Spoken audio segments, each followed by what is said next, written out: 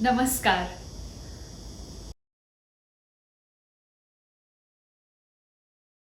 Every day on earth is full of activities and interactions.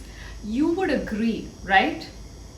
In this chaotic living, all of us are trying to make sense of the confusion around us and see ways to lead happier and healthier lives. Lord Krishna has some knowledge to share which might be helpful for us to lead peaceful lives. Lord Krishna considers Arjun not just a devotee but also a friend. And of course, he'd like to see Arjun succeed. This science of work is something that Arjun could benefit from. In fact, Lord Krishna says that he's revealed this knowledge even to the sun god. Wait a second though, you must be wondering how Lord Krishna may have had all this knowledge at such a young age. And furthermore, reveal this to the sun god, right? Guess what? Arjun is also wondering the same thing. Aren't Lord Krishna and Arjun of the same age? We need some clarification now, don't we?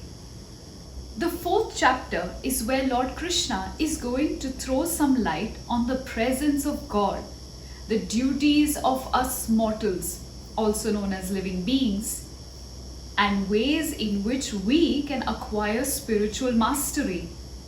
There's a whole lot of clarity waiting for Arjun. It's now time for him to cut across all doubts he has and head over to the battlefield to fulfill his karma. What is knowledge? Knowledge is not as simple as just speaking important words and sharing some deep thoughts. It's a lot more than just that. Think of one of your science classes. The biology teacher imparts some very crucial information to you, such as the working of the human heart. But unless you begin to appreciate this knowledge shared with you and verify the authenticity of this information, you're probably not going to believe that all it takes is pumping blood to stay alive, right? You're going to end up reading some more about how the heart works. You'll watch a few videos, read some science books, pay a visit to the biology lab, and then you might find some clarity on this scientific phenomenon. Once you know the complexity of how the body works, you'll begin to show appreciation for this knowledge. Hey, the body is a masterpiece, and you're going to have to take good care of it if you want to live long enough to go visit the moon. One thing is clear to us at this point.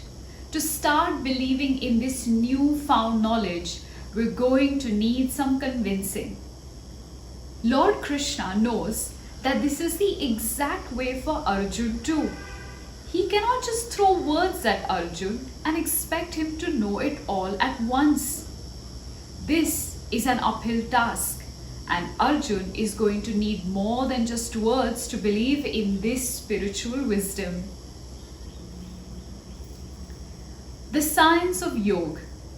Lord Krishna is now going to throw some light on the science of Yog. Now this isn't something he's come up with, so Arjun might go and battle it out.